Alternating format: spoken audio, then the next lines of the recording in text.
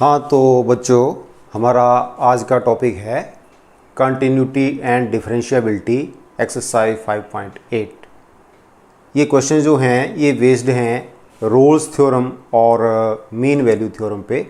तो आइए हम देखते हैं कि रोल्स थ्योरम और मीन वैल्यू थ्योरम क्या हैं। Rolle's theorem, let any function from a closed interval ab to r be continuous on ab and differentiable on open interval ab such that f a is equal to fv, where a and b are real numbers, then there exists some c belongs to open interval ab such that f dash c is equal to 0. So this is Rolle's theorem. इसको हम geometrically समझने की कोशिश करते हैं कि मान लो हमारा ये कोई फंक्शन है और ये उसका ग्राफ है, और अब इस ग्राफ को हमने, ये हमारा पॉइंट ए है, ये हमारा पॉइंट बी है, मतलब within interval A B अगर हम इसको देखें तो थ्योरम ये कहती है, रोल्स थ्योरम ये कहती है कि ए बी इंटरवल के बीच में हमारे को एक ऐसा पॉइंट मिलेगा सी पॉइंट जहाँ पे F dash C is equal to 0 होगा। F dash C is equal to 0 का मतलब क्या है? इसका मतलब है कि slope of tangent at that point. तो यहाँ पर आप देख सकते हैं कि इस सी पॉइंट पर इस ए बी इंटरवल के बीच में यहाँ पर slope of tangent equal to 0 है, that is F dash C is equal to 0। और क्या कंडीशन है? F A should be equal to F B. हमारे पास चार कंडीशन है कि अगर कोई फंक्शन जो है वो क्लोज्ड इंटरवल ए बी में, जो गिवन इंटरवल हमारे को दिया है उसमें वो कंटिन्यूस है और ओपन इंटरवल में डिफरेंशिएबल है। And third condition is F A is equal to F B. Function की वैल्यू उस ए पॉइंट पे, उस ए पॉइंट पे फंक्शन की वैल्यू और फंक्शन की वैल्यू एट पॉइंट बी दोनों इक्वल हों, then there exist some C point C that belongs to this interval such that F dash C is equal to 0। Similarly second है mean value theorem. तो ये दोनों लगभग same ही है, थोड़ा सा डिफरेंस है इनमें। देखिए यहाँ भी let function a b to r be continuous on a b and differentiable on open interval a b। तो ऊपर भी सेम ही है। अगर ऐसा है, ये दो कंडीशन है कि फंक्शन जो है क्लोज्ड इंटरवल पे कंटिन्यूस है और ओपन इंटरवल पे डिफरेंशिएबल है, then there exist some c here also that belongs to a b such that f dash c is equal to F b minus f a over b minus a. इसका मतलब ये हुआ कि अगर हमारे पास कोई फंक्शन है और वो फंक्शन जो है क्लोज्ड इंटरवल में कंटिन्यूस है और ओपन इंटरवल में डिफरेंशिएबल है, तब क्या होता है कि एफ डैश सी, यहाँ भी एक सी पॉइंट एग्जिस्ट करता है इस इंटरवल के बीच में। जैसे यहाँ पर आप देख रहे हैं कि यहाँ भी ए और बी इंटरवल के बीच में सी पॉइंट एग्जिस्ट कर रहा है, और उस पॉइंट पे यहाँ पे स्लोप ऑफ टेंजेंट जो है वो इक्वल होती है f b minus f a over b minus a. अब F b minus f a over b minus a क्या है? This is slope of line between two points, और इसको हम यही बोल सकते हैं कि slope of secant between these two points. ये पॉइंट हमारा क्या है? ए और एफ ए। ये पॉइंट क्या हमारा? ये वाला पॉइंट बी और एफ बी।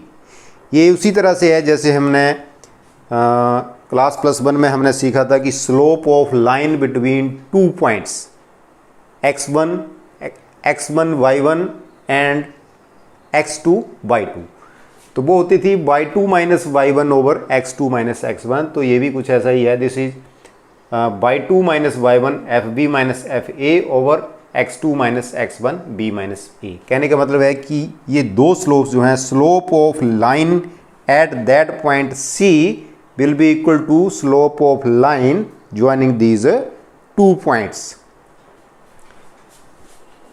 तो इस पर बेस्ड कुछ क्वेश्चन करने की कोशिश करते हैं।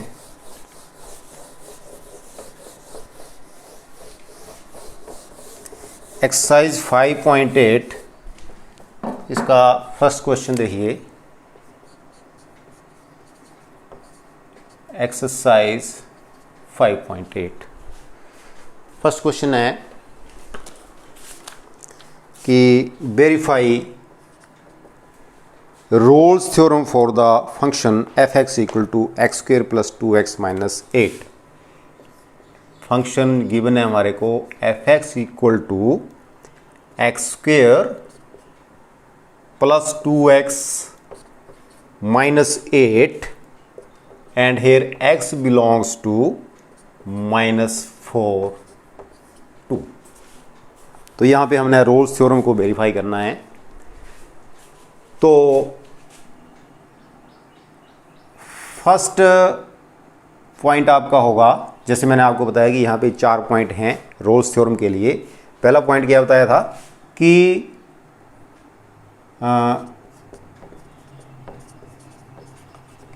हमारा फंक्शन जो है वो क्लोज्ड इंटरवल, जो गिवन इंटरवल हमारे को दिया है उसमें वो कंटिन्यूस होना चाहिए। So it is clear that F x is continuous on -4 2। क्यों कंटिन्यूस है? क्योंकि ये एक पोलिनोमियल फंक्शन है और पोलिनोमियल फंक्शन हम जानते हैं कि that is everywhere continuous. Second point है इसका कि ये फंक्शन जो है वो ओपन इंटरवल पे डिफरेंशिएबल होना चाहिए। So it is also differentiable on open interval -4 2। अब यहाँ पे इस चीज़ का ध्यान रखना है कि डिफरेंशिएबिलिटी जो हमने लिखनी है वो ओपन इंटरवल पे लिखनी है, कंटिन्यूटी जो हमने लिखनी है वो हमने क्लोज्ड इंटरवल पे लिखनी है। ऐसा क्यों है? क्योंकि क्लोज्ड इंटरवल पे कोई फंक्शन जो है वो डिफरेंशिएबल नहीं हो सकता है, क्योंकि क्लोज्ड इंटरवल में एंड पॉइंट्स भी उसमें इंक्लूड होते हैं। तो किसी एंड पॉइंट पे अगर हम किसी फंक्शन की डिफरेंशिएबिलिटी को डिफाइन करने की कोशिश करें तो उसको हम डिफाइन नहीं कर सकते हैं, क्योंकि डिफरेंशिएबिलिटी का मतलब है derivative eight that point, and derivative eight that point उसका मतलब है कि slope of tangent at that point. जैसे मान लो हमारे पास ये कोई पॉइंट है, जैसे ये ग्राफ है, तो इसके जो एंड पॉइंट हैं इसको भी हम लें। अगर हम इस पॉइंट पे स्लोप ऑफ टेंजेंट ड्रा करने की कोशिश करें तो ये इस तरह से भी हो सकता है, इस तरह से भी, इस तरह से भी। There can be infinite number of tangent lines at end points. तो एंड पॉइंट हम डिफरेंशिएबिलिटी के केस में नहीं लेंगे। तो फंक्शन हमने लिखना है कि function is differentiable on open interval.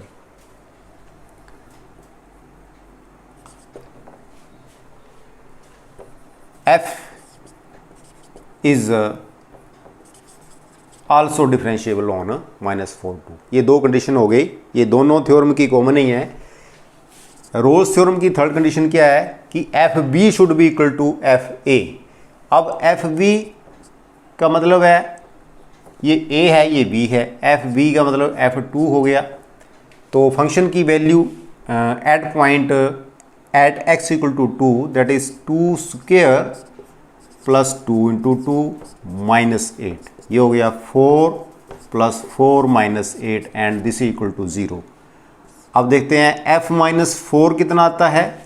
f minus 4 -4 का square plus 2 into 4 2 into -4 minus 8।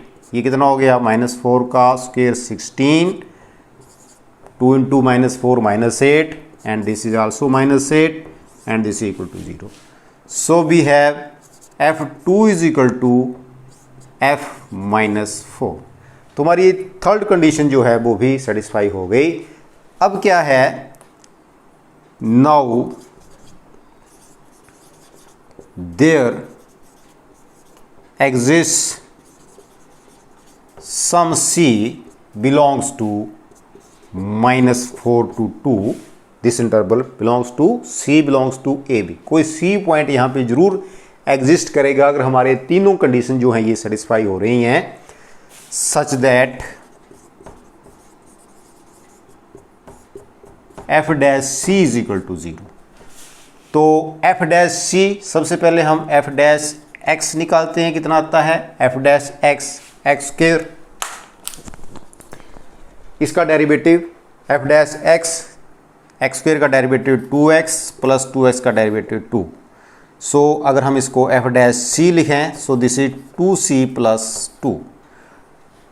Now condition is that f dash c is equal to 0, so we have 2c plus 2, this is equal to 0 and 2c is equal to minus 2, this implies c is equal to minus 1 and this belongs to -4 to 2। और ये point जो है c, आपका point जो है -1 c की value आ रही है, तो वो c जो है इस इंटरवल से बिलोंग करना चाहिए। तो c exist in between -4 and 2। तो हम लिखेंगे हेंस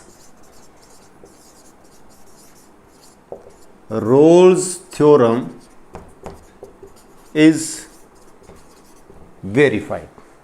तो ये क्वेश्चन नंबर 1 हो गया। नेक्स्ट क्वेश्चन देखते हैं। क्वेश्चन नंबर 2 है, examine if Rolle's theorem is applicable to any of the following functions, can you say something about the converse of Rolle's theorem from this example.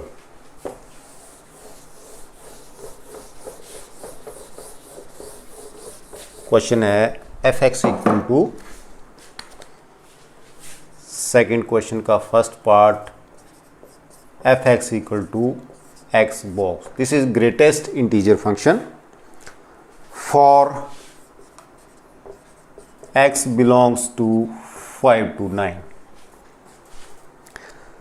अब यहाँ पे हम ये बता सकते हैं कि ये फंक्शन जो है इन इंटीग्रल वैल्यूज़ पे कंटिन्यूज नहीं होगा, क्योंकि इसकी अगर हम कंटिन्यूटी चेक करेंगे एट एनी पॉइंट 5 to 9, 5, 6, 7, 8, 9, इन सभी इंटीग्रल पॉइंट्स पे हम इसकी अगर कंटिन्यूटी चेक करेंगे तो ये फंक्शन कंटिन्यूज नहीं आएगा। क्यों? क्योंकि इसकी लेफ्ट हैंड लिमिट और राइट हैंड लिमिट बराबर होनी चाहिए किसी पॉइंट पे। जैसे मान लो एट x इक्वल टू 5 पे हम इसकी लेफ्ट हैंड लिमिट लेते हैं तो ये 5 - h होगा। ये 5 - h का मतलब है slightly less than 5, that is 4 may be 4.99 something. अगर 4.99 हो गया तो उसकी वैल्यू 4 आएगी और उसकी राइट हैंड लिमिट 5 + h लेंगे तो वो 5 ही आएगी, यानी कि लेफ्ट हैंड लिमिट 4 आएगी और राइट हैंड लिमिट इसकी जो है 5 आएगी, तो ये कंटिन्यूस नहीं होगा। तो it is clear that fx is not continuous at integral points। Integral points क्या हो सकते हैं? दैट इज 5 हो सकता है, 6 हो सकता है, 7 हो सकता है, 8, 9। ये हमारी इंटीग्रल वैल्यूज जो हैं इन पर ये जो है फंक्शन जो है वो कंटिन्यूस नहीं हो सकता है। नॉन इंटीग्रल पॉइंट्स पे फंक्शन कंटिन्यूस हो सकता है। तो इसकी एक कंडीशन जो वो सेटिस्फाई नहीं हो रही है, तो एक भी अगर कंडीशन सेटिस्फाई नहीं हो रही है then we can say Rolle's theorem is not verified. So Rolle's theorem is not verified in this case. अब इसके कन्वर्स के बारे में पूछा है तो हमने देखना कि it's converse is also not true. Second case भी ऐसा ही है। सेकंड में भी ग्रेटेस्ट इंटीजर फंक्शन है तो ये भी डिसकंटिन्यूज होगा इसकी इंटीग्रल पॉइंट्स पे। That is why this function also does not satisfy Rolle's theorem and its converse is also not true. Third question है fx equal to x² - 1 for x belongs to 1, 2। अब ये function यहाँ भी पहली तीन condition हमने check करनी है कि क्या इसकी तीन कंडीशन जो हैं, पहली कंडीशन जो है कि क्या ये फंक्शन जो है कंटिन्यूस है ऑन क्लोज्ड इंटरवल, सेकंड है कि क्या ये फंक्शन जो है डिफरेंशिएबल है ऑन ओपन इंटरवल, और थर्ड कंडीशन जो है कि F b is equal to F a है या नहीं। तो एफ इज कंटिन्यूस ही है because it is polynomial function, continuous on 1 2, ये इसका इसकी फर्स्ट कंडीशन है, और सेकंड कंडीशन है f is differentiable on open interval 1 2। Also third condition देखते हैं हम, एफ बी F2 लेते हैं, this is interval A b, a means 1 b means 2, तो F2 लेते हैं तो F2 हमारा आ गया 2 square minus 1, this is 4 minus 1, this is equal to 3, and F1 कितना आया x square minus 1, this is 1 square minus 1, this is 1 minus 1, this is equal to 0, so we have F2 is not equal to F1. So all the conditions of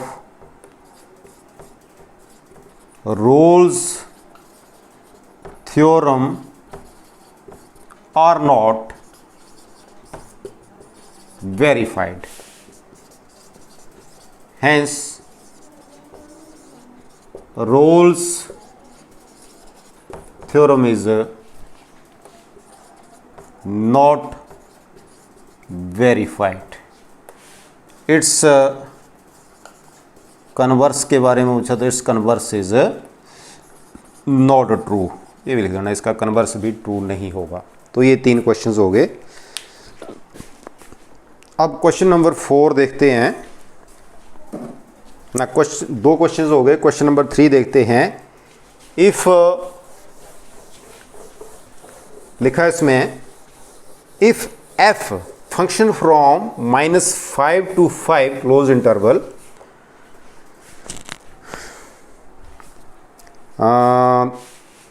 to R is a differentiable function and if f dash x does not vanish. Question number 3, function -5 to 5 to R is a differentiable function.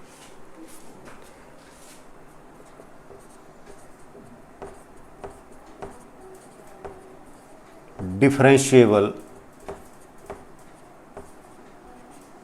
Function, हमारे को ये given है कि ये function जो है वो differentiable है। अगर कोई फंक्शन डिफरेंशिएबल होगा तो वो कंटिन्यूस जरूर होगा। Every differentiable function is a continuous function, but every continuous function can not be differentiable. So this implies F is a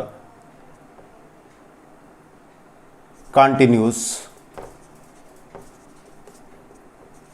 on -5 to 5। ये डिफरेंशियल फंक्शन है इस इंटरवल पे, तो ये कंटिन्यूस भी होगा -5 to 5। तो ये दो कंडीशन हमारे पास आ गई। अगर दो कंडीशन जो है वो फुलफिल हो जाएं तो कौन सी थ्योरम वेरीफाई होती है? Mean value theorem. क्योंकि रोल्स थ्योरम के लिए हमारे पास 3 कंडीशन चाहिए। पहली 2 कंडीशन तो हमारी फुलफिल होनी चाहिए, डिफरेंशिएबल भी होना चाहिए, कंटिन्यूस भी होना चाहिए, और थर्ड है f B should be equal to F a होना चाहिए। तो उससे रोल्स थ्योरम जो है वेरीफाई होती है। मीन वैल्यू थ्योरम के लिए पहली 2 कंडीशन जो हैं वही फुलफिल हों तो मीन वैल्यू थ्योरम जो है एप्लीकेबल होती है। और यहाँ पे साथ में ये भी लिखा है कि if f dash x does not vanish because f dash x does not vanish, इसका मतलब है कि f dash x this is not equal to 0। अब एफ डैश एक्स की वैल्यू जो है हमारे को पता है कि according to M V T का मतलब है mean value theorem, f dash C is equal to F b minus f a over b minus ए। तो तो एफ डैश एक्स या f dash C is equal to this, then we can say f b minus f a over b minus a, this is not equal to 0. Now in this case what is fb? fb का मतलब है f, ये a हो गया -5 and b is 5, f5 minus f minus 5 over b minus a, that is 5 minus 5, this is not equal to 0, and this implies that f5 minus f minus 5 over 10, 5 plus 5 10 हो गया, this is not equal to 0, and further we have f5 minus f minus 5, this is also not equal to 0, and we have f5 is not equal to f minus 5, और यही हमने prove करना है कि prove that f minus 5 not equal to f5। ये question number 3 हो गया। Question number 4 देखते हैं।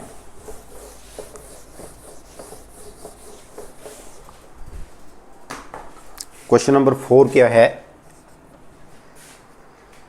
Verify mean value theorem if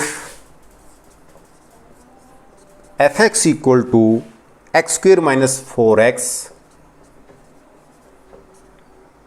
minus 3 in the interval AB where A is equal to 1 and B is equal to 4, where X belongs to 1 to 4। तो first part इसका दो condition हमने check करनी है mean value theorem के लिए। यहाँ पे हमने मीन वैल्यू थ्योरम को वेरीफाई करना है। तो because it is polynomial function, ये पॉलिनोमियल फंक्शन है तो ये कंटिन्यूस होगा। f is continuous on closed interval 1 4, and also f is differentiable on open interval 1 4। Continuous भी है, डिफरेंशिएबल भी है, ऐसा लिख दिया हमने। So there exists some c belongs to 1 4 such that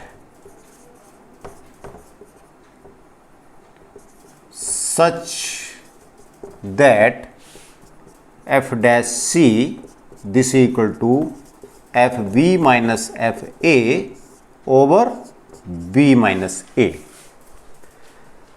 so f dash c, अगर हम f dash x फाइंड करेंगे तो 2x माइनस 4 आ जाएगा, तो f dash c हो जाएगा 2c minus 4, this is equal to fb। fb कितना हो गया, इसको अलग अलग हम फाइंड कर लेते हैं। f dash x अगर हमारा आ गया 2x minus 4, this implies f dash c हमारा आ गया 2c माइनस 4। अब हम fb कैलकुलेट कर लेते हैं। fb कितना आया, fb का मतलब है b हमारा 4, तो f4 that is 4 square minus 4 into 4 minus 3, so this is 16 minus 3, this equal to minus 3। Now what is f1? f1 कितना आएगा, 1 square minus 4 into 1 minus 3, so this is 1 minus 4 minus 3, this is 1 minus 7 that is minus 6।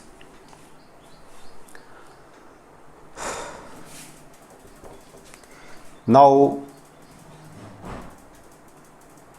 f dash c this is equal to F b minus f ए, इसमें value हम put कर देंगे f b minus f a over b minus a, this implies f dash c that is 2c minus 4, and this is equal to F b. F b कितना हमारा, f b हमारा आ रहा minus 3, that is minus 3, and f a that is minus 6 over b minus a, that is b हमारा 4 minus 1. So we have 2c minus 4, this is equal to minus 3 plus 6, that is 3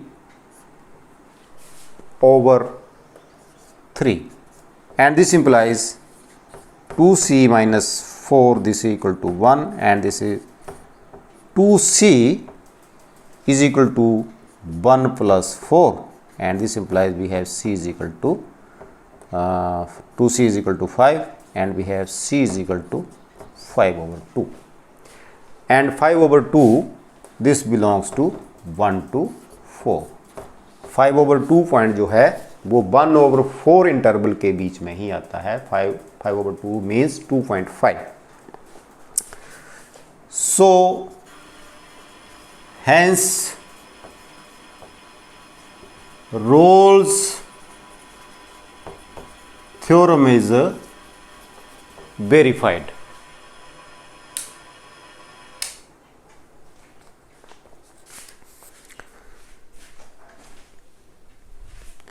question number 5 है,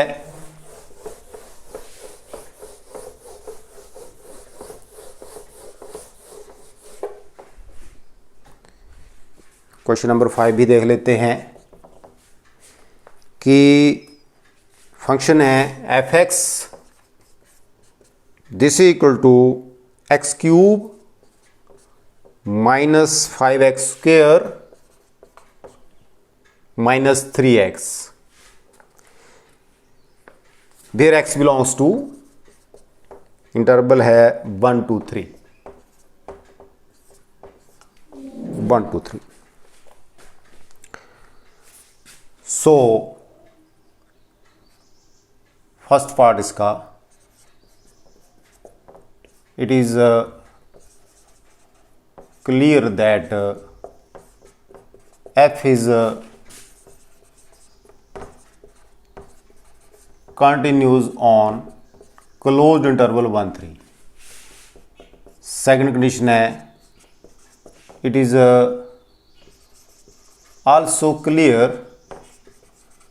that f is differentiable on open interval 1 3.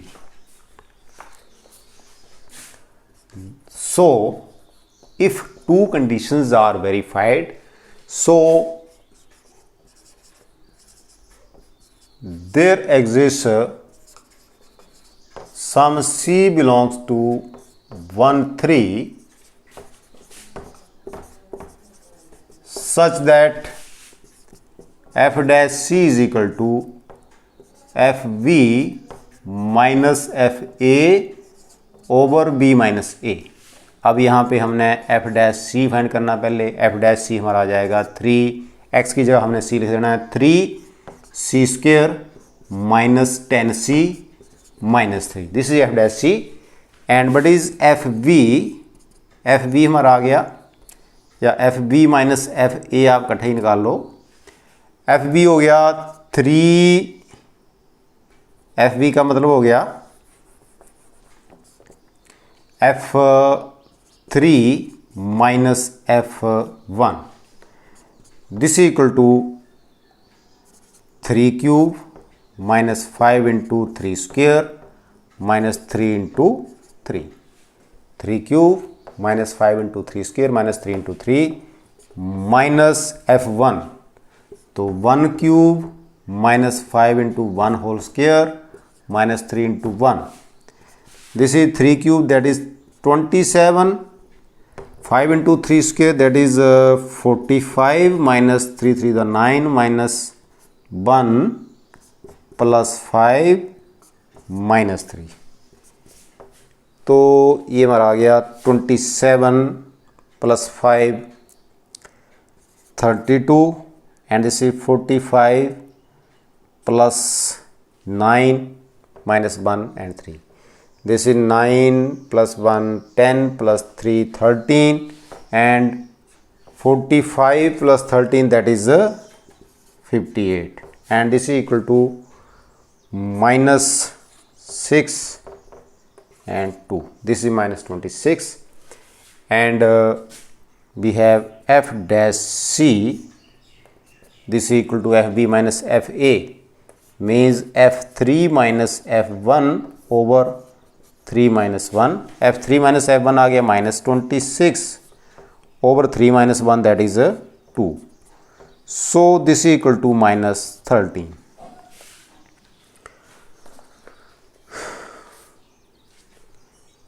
So what was f dash c? That is 3 square minus 10c minus 3. This is equal to -13, and 3 square minus 10c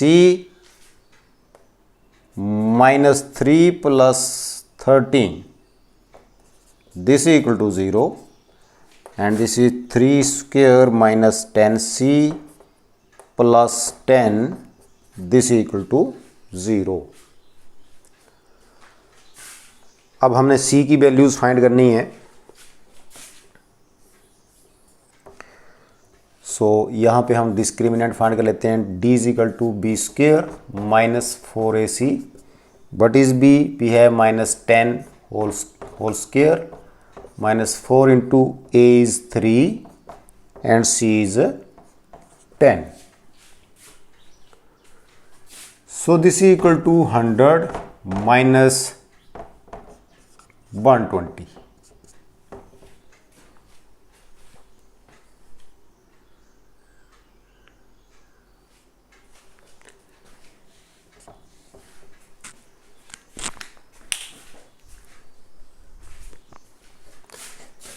एक बार फिर से check कर लेते हैं इसको. f3 minus f1. f3 हमारा आ गया 3 cube minus 5 into 3 square minus 3 into 3 27 45 9, and this is -1 plus 5 plus 3. यहाँ भी +3 आना था ये, तो यहाँ से this equal to 27 plus 5 32 plus 3 35, and this is 45 plus 10 55, and this equal to -20. So we have f dash c. This equal to f3 minus f1 over 3 minus 1, and this is f dash c हमारा कितना है 3c square minus 10c minus 3. this is equal to f3 minus f1, that is -20 over 2, and this is further equal to 3c square minus 10c minus 3. this is equal to -10, and this implies 3c square minus 10c, and this is +7. -3 plus 10, that is +7. this is equal to 0. अब यहाँ पे हम इसका discriminant find करते हैं. Discriminant that is -10 whole square -4 into 3 into 7. This is equal to 100 minus 84. This is equal to 16. So we have value of c, that is -b plus minus discriminant under root over 2.